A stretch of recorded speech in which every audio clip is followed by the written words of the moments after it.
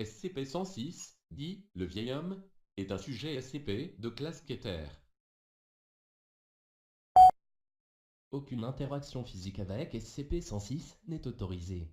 Toutes les interactions physiques doivent être approuvées par au moins un vote des 2/3 de la Commando 5 et ne peuvent avoir lieu que dans la situation d'un test. Tout le personnel, recherche, sécurité, classe D, etc. doit rester à au moins 60 mètres de l'enceinte de confinement à tout moment, sauf sur ordre direct du commandement du site. SCP-106 doit être contenu dans un conteneur scellé, constitué d'acier plombé.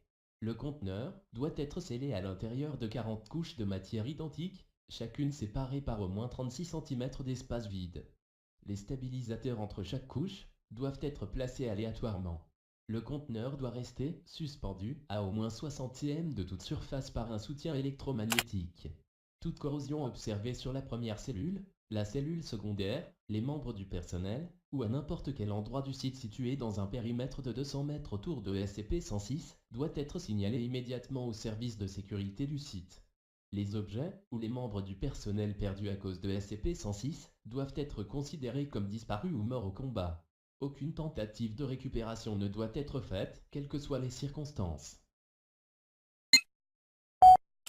SCP-106 semble être un humanoïde âgé, avec une apparence générale de décomposition avancée. Son apparence peut varier, mais l'effet de pourriture reste observé sous chaque forme. SCP-106 est capable d'escalader n'importe quelle surface verticale et peut rester indéfiniment suspendu à l'envers. Lorsqu'il attaque, SCP-106 va tenter de neutraliser ses proies en endommageant les organes principaux, les muscles ou les tendons, puis il emmènera sa proie handicapée dans sa dimension de poche. SCP-106 semble préférer comme proie les hommes dans les 10-25 ans. SCP-106 provoque un effet de corrosion sur toute la matière solide qu'il touche, engendrant une décomposition physique des matériaux plusieurs secondes après le contact.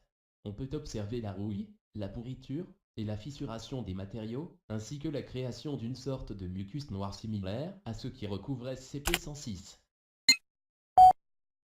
En cas de brèche de confinement de SCP-106, un humain dans les 10-25 ans sera préparé pour le rappel, avec la cellule de confinement compromise remplacée et prête à l'emploi. Lorsque la cellule est prête, le sujet leur doit être blessé, de préférence par la rupture d'un os long, comme le fémur, ou la rupture d'un tendon important, comme le tendon d'Achille.